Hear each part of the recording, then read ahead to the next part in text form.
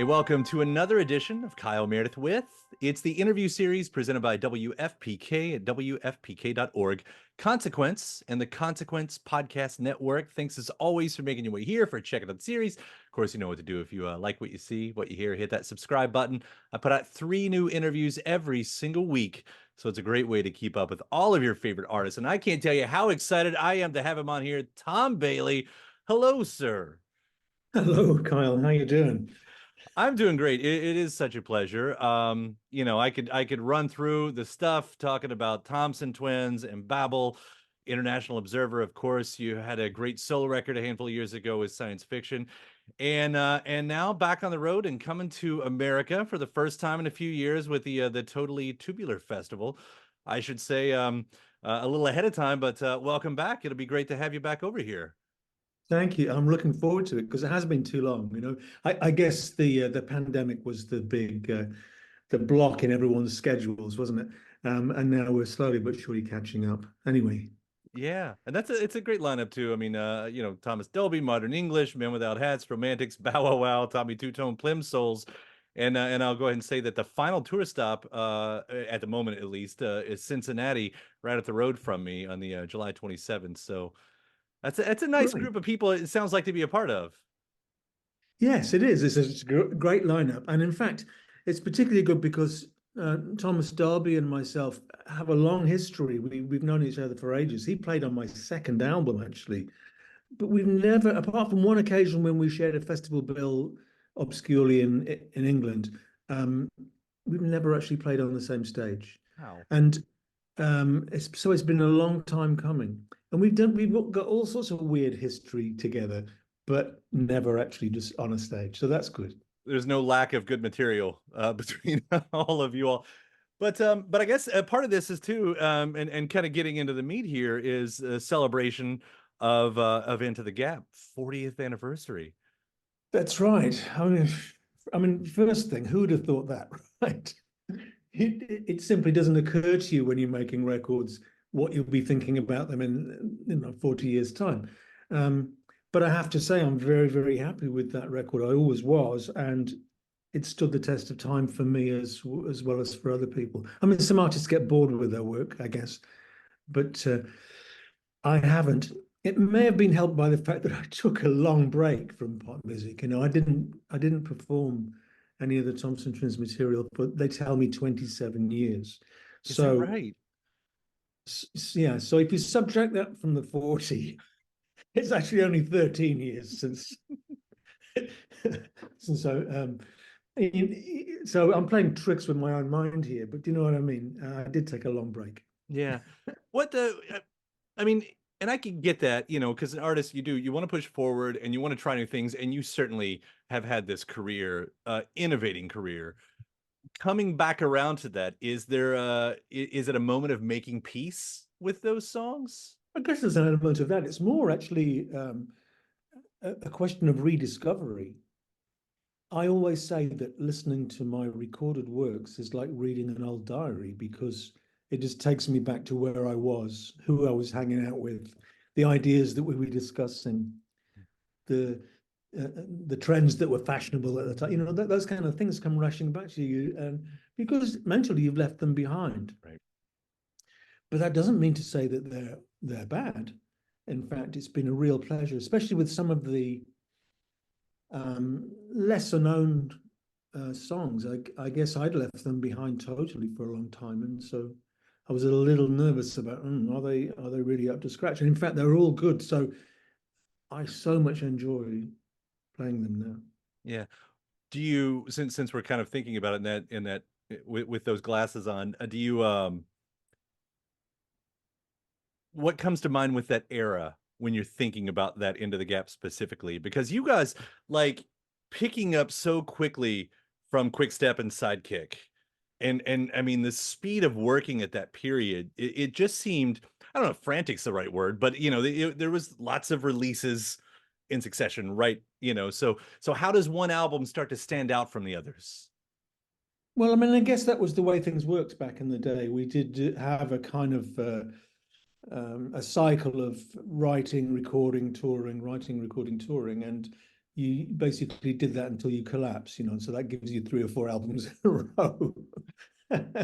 And in our case, you know, we did a couple of albums as the 7-piece or the bigger guitar bass group, which folded into the 3-piece that everybody now knows well. And from that point onwards, we had a very, very straight run of 3 albums more. And yeah, it stands out because you can trace the development of a songwriting team within us. You know, as soon as we got down to 3 people, my analysis was that we stopped having to write for a band that we were, and started becoming the designers of pop songs and pop recordings, and that changed everything. And it occurred simultaneously with the arrival of technology, the synthesizers, the drum machines, and the access to recording gear that we so much wanted. You know, so it revolutionized the way that I made music and the way I thought about making music. And of course, I wasn't the only person doing that. It was the style of the early 80s to be into synth pop. Yeah, right, right. But that phrase, the designers of a pop song. I mean, of course, you all broke.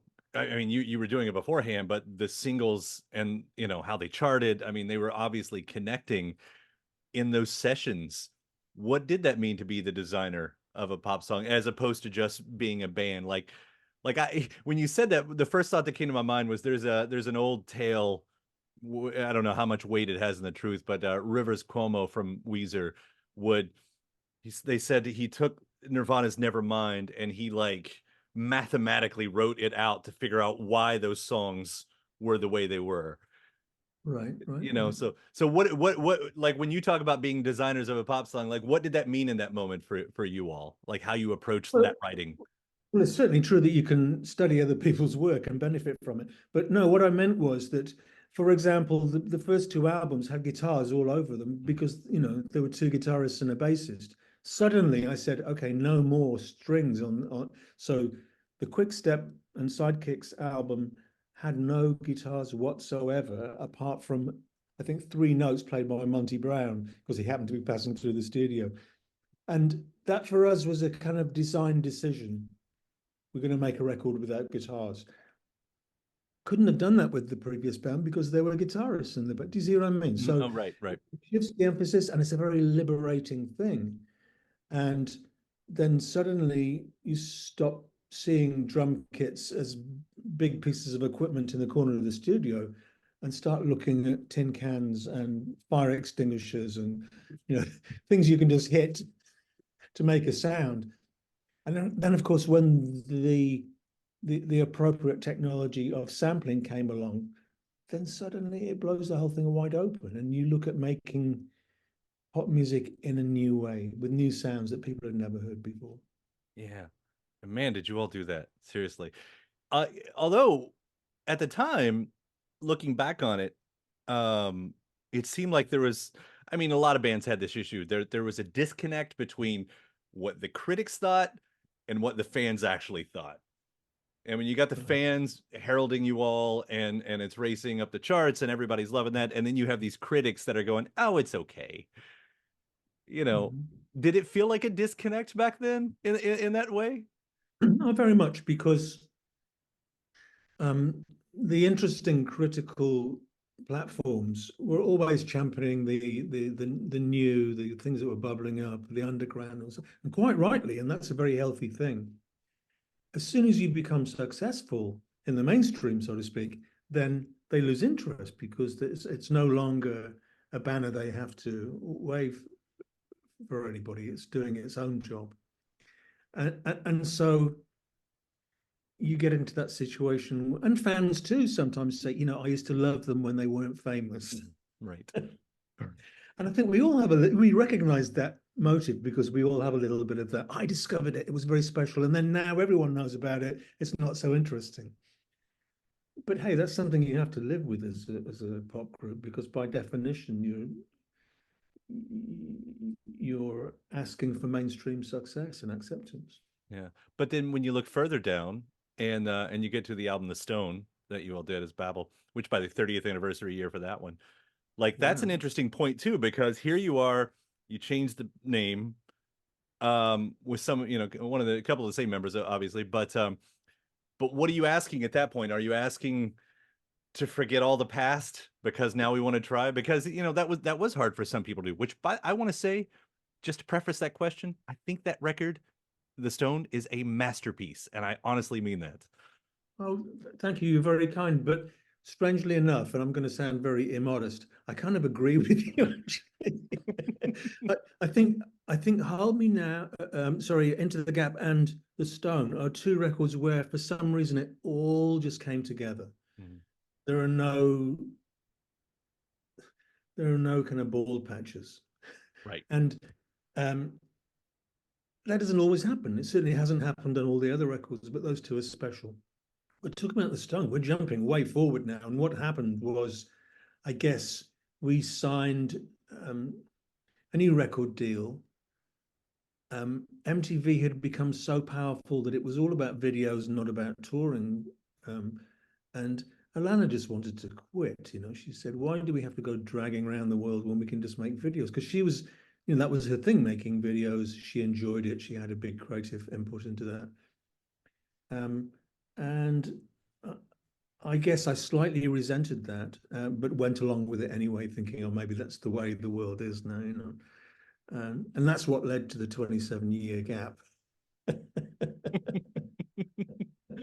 But man, for whatever reason, there is something special about that. I've heard that record dozens and dozens of times. Of course, I put it on again as I was thinking about this record, and just like there's, with any artist that has longevity, you probably, especially when you talk about decades, you get to a point where either you don't know what the next step is, or a lot of artists can't find that next step. A lot of artists can't find a new sound.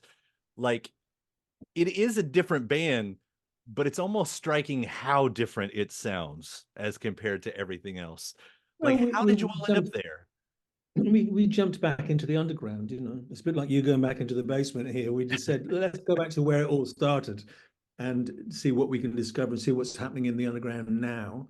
Mhm. And in fact, there was an enormous resurgence of psychedelic dance culture at that very time. Which we enjoyed and felt that it was also the latest version that we had something of a part in creating as well. So we felt very comfortable in that, and we just immersed ourselves in it. And it wasn't a hard thing to do. Yeah. Do you And just like you, we did it in our basement. love this basement's becoming a character today? That's I'll have to get me one of your posters behind me. Um, do those do you ever play any of those songs at all on your solo stuff? No, No. oh, no, not. um, it never even occurred to me, to be honest, because actually you're a bit of an unusual um, correspondent in a sense that you've exposed both those eras of music to yourself, and a lot of people don't do that. They're either fans of the Thompson Twins or of Babel, and I think in a way that's a sign of its success. It was different enough to Yeah. capture a different audience or interest a different audience. Yeah.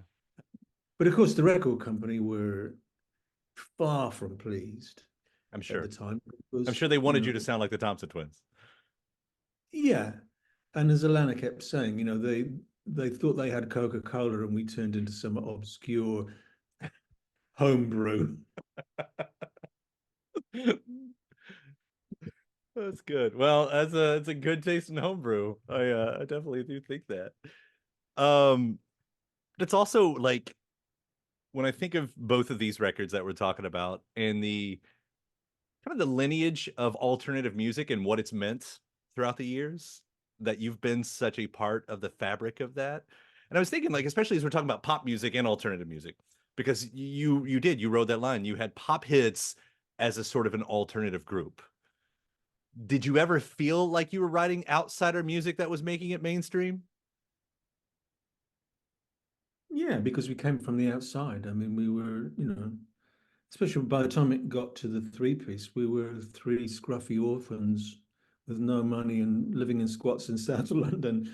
And, we weren't part of any kind of music business institution. We were just scratching a living. And prior to that, we made two albums, but it was done scratching up and down the freeways in a small truck and playing every venue that would have us and kind of honing our craft. But I mean, I think there's a deeper point here, which is that back in the day, the big motivating factor, and I think it's a real sadness that this is now diminished so much. The big motivating factor was that rock and roll still seemed to be a thing that could change the world for the better. It was a way of gathering people's attention and saying, we're not gonna stand for this. We want a better world to live in. And so that kind of revolutionary ambition of rock and roll was stopped it just being a kind of selfish dilettante activity, like a hobby. It was something that you had to do almost by moral obligation. And I think I came to the point after a couple of albums that weren't so successful, thinking this would be better realized if more people were listening to it. And the way to get more people to listen to it is to write music that appeals to more people, and you have those skills, why not use them? Yeah, that's having grown So up it is weird. So you end up right on, in the charts, as it were, right. carrying this kind of strangely liberational message that came from way, way outside the charts. And I think that has survived in my motivation ever since. And it's very weird now that I'm going on stage with also this kind of added layer of nostalgia about it all, because rock and roll now is actually about celebrity and money. It's not about changing the world. Yeah. So we've lost something really valuable, as culturally. But people still remember it, so it means that there's still a chance things could change. I mean, it still means something. And I'll echo that, just because having grown up in the 80s, 90s, and in that time where it did, where it meant, as you're saying, something to hear it. It was very hard to swallow when that started going away. People still make rock music, but it's not, live or die, and it's not trying to change the world. But every now and then you do still get a pop star who comes around that in their pop music, it feels like they're tapped into outsider arts, whether it's, I mean, even like Olivia Rodrigo, that's one of my favorite pop stars right now. She wears those influences on her sleeve, and it's like the young people are still finding that.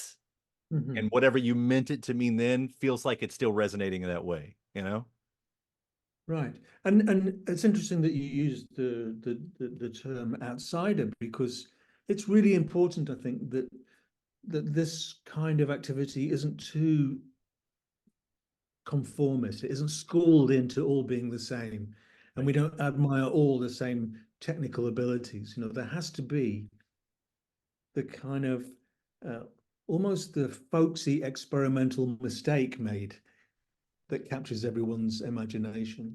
That you can't plan for. It just happens, in that kind of cultural situation. So yeah, let's hear it for all those people who are still relentlessly having a go. On the on the bigger side of that, what's the documentary that everyone's watching right now, The Greatest Night in Pop History or Music History, about the We Are the World nights? Really, really. Yeah. I wasn't there for that one. So Right. But yeah, that's out. It's out. I haven't watched what everyone tells me. I think of, like, we're talking about coming from this one thing and how important it is, but even during that time, you would have the biggest, pop stars in the world that were also trying to use that, same muscle, and maybe with the little cheese factor thrown in, but yeah, well, maybe the cheese was top heavy, and that's one of the things that made it a kind of it was a marker in time and culture, wasn't it? It was difficult to do anything after Live Aid and all of that kind of stuff, because it was the biggest thing ever, and it had this um, intrinsic purpose which everyone felt good about. yeah. And somehow you don't see that anymore. Somehow. It's sad. It is sad. The Well, big stars are filling the stadia, but and some of them are being real nice to their crews and bands and all the rest of it. And even I guess giving money to charities and all the rest of it. But you've lost that sense that the crowd is onto that. right. I do agree on that. I agree on that. I'll bring it back. I'll bring it back to the main subject at hand. Because I was thinking like it's not the first time you toured Into the Gap, right? You did this in Australia a few years ago. Yes, we did. We did one night in the UK and then a short tour of Australia, Yeah. both of which were fantastic. The Australian tour was very soon after the pandemic, and people were very nervous about coming out. So we didn't have the full houses there that we should have had. But it went down so well that I think we'll just go back and do it again. They won't even have noticed. That's the beauty of it. The deluxe editions, that have been released, and I know what the box reissue that I think is also just got reissued, um, with those remixes and dub versions. Are there any of those that you tend to prefer? No, I'm just happy that there are lots of different ones, you know. Uh, and it, it was an interest of partly of the time and place. A lot of people were doing that. Mhm. Um, I think I was one of the first, but not the first. And it was just out of an interest in Jamaican dub music, where alternative versions of famous songs were, and especially instrumental versions, were being remixed. And so they went down well in the clubs. And, even the more kind of pop-tastic we became, I still felt that we had to have one foot in the dance clubs. Yeah. So because that's where the marketplace in ideas had been so kind of nurturing for us.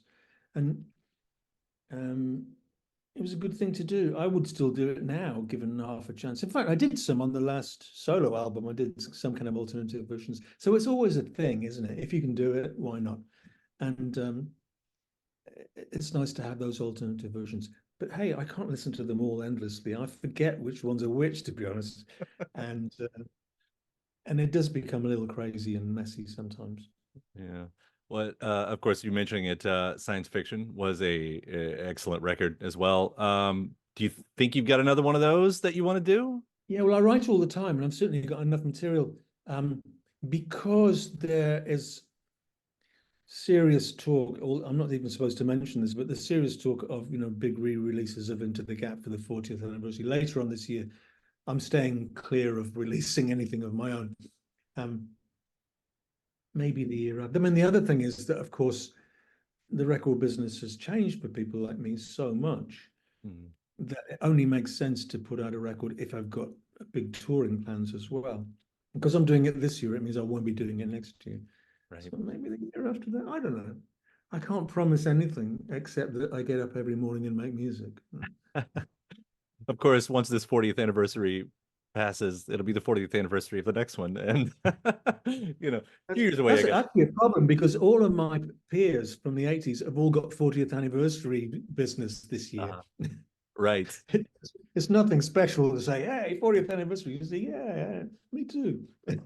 And then the 50th anniversary rolls around before you know it on one of those first records, and the cycle begins again. Although that's gotta be nice because when nothing is certain out here in the record business and nothing Mhm. is certain about, as you say, it's not like, you just churn out a new record and, it's the same cash flow that you would have had.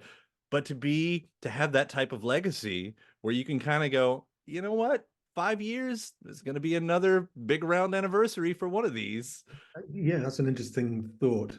I mean, the legacy really counts in so many ways. And you remind me the fact, when I walk on stage, I'm walking on stage, hopefully well prepared and with a fantastic band. But I'm walking on stage with, 10, 15 songs that everyone knows. And that makes an enormous difference. Mhm. And you almost in a way get over the musical problems and start to engage with the emotional problems of being in front of a big crowd and what that means and what the potential payoff is. And that's the thing I'm always seeking out, that connection. Otherwise, I'm kind of over the fame and fortune thing, but I really like the emotional connection thing. Sure. Sure. Why wouldn't you? I mean, what a great thing to have. What a thing to be blessed for, That's It's one of the great highs that human nature is rewarded with, right. feeling good about each other. Well, you have definitely produced the art that has made so many people feel good, myself included. I will say, as a kid of the 80s, it was Lay Your Hands on Me that I think was probably my introduction to you guys, and to this day will still be a high water mark of songs, of music, just I've never, that feeling has never left me, Oh, and yeah. just to That's be so able to kind of produce that. you. Yeah. Well, I'm better make sure we're going to play that in America. Totally Tubular Festival. That's happening again. We'll see you around here in July. Tom, thank you so much for taking the time to talk about it. Seriously, it's been a pleasure. It's been a pleasure for me too. Good talking to you. And thanks to my guest. Also, thanks to you for checking out the episode in the series. Before you get out of here, hit that subscribe button. Again, you get 3 brand new interviews every single week. New one every Monday, Wednesday, and Friday at right here on YouTube, or of course anywhere in podcast land, including iTunes, Apple Podcasts, Spotify, Podchaser, NPR, or WFPK.org as well. A great way to keep up with your favorite artists and discover new ones as well. Then after that, actually head over to WFPK.org. That's where I do a show Monday through Friday, 6 p.m. Eastern. It's an hour full of song premieres, music news, anniversary spins, bonus interviews, Monday through Friday, 6 p.m. Eastern at WFPK.org. Consequence has your music and film news. You can also find me on the social media spots, Facebook, Instagram, mostly on Twitter. All 3 of them, the address is at Kyle Meredith. Do hope you like and follow along. That does it for another edition. I'm Kyle Meredith. I'll see you next time.